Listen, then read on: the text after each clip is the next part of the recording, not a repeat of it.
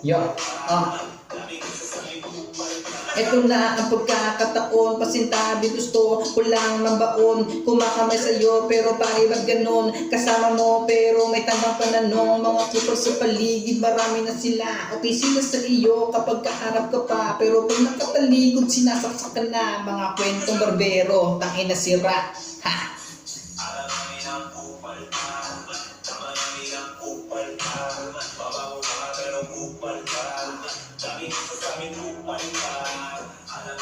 Kupal ka.